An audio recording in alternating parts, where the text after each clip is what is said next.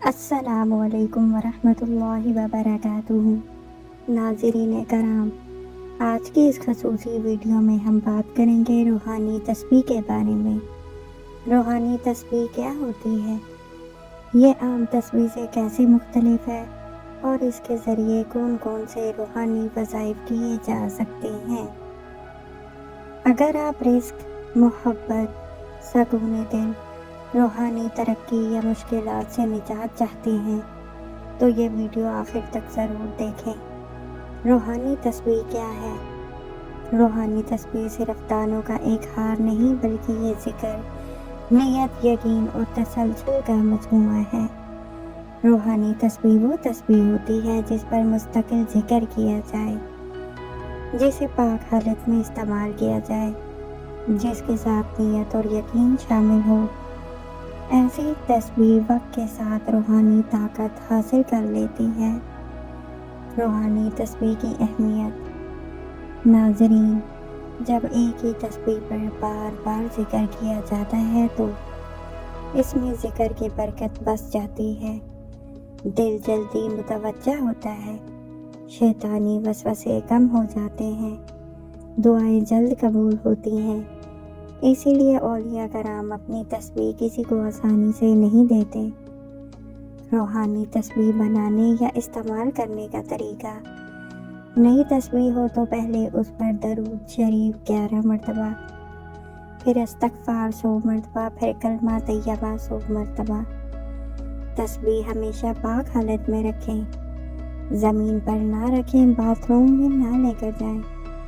کوشش کریں ایک تسبیح صرف ایک ہی خاص ذکر کے لیے رکھیں۔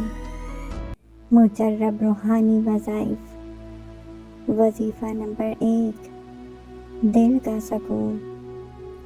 تسبیح پر پڑھیں یا اللہ یا رحمان یا رحیم 111 مرتبہ، فجر کے بعد 21 دن۔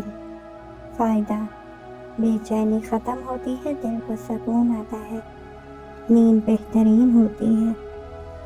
وظیفہ نمبر 2، رزق میں برکت۔ یا وہاب 100 مرتبہ پڑھیں عشاء کے بعد روزانہ۔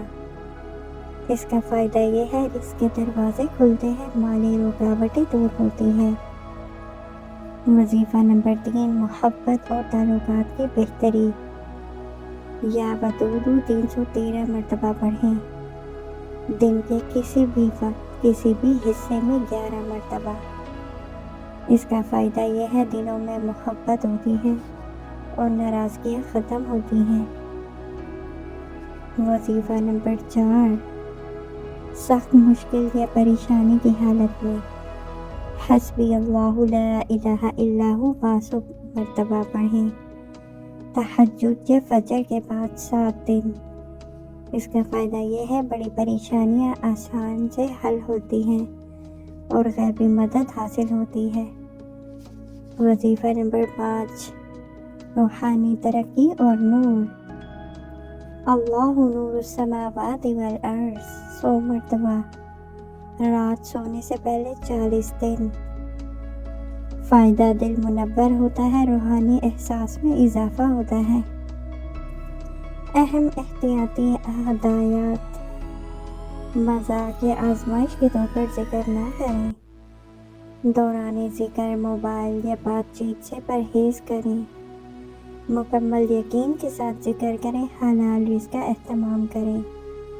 ناظرین، روحانی تسبیح ایک امانت ہے، جتنا ادب، یقین اور تسلسل ہوگا اتنا ہی زیادہ فائدہ حاصل ہوگا۔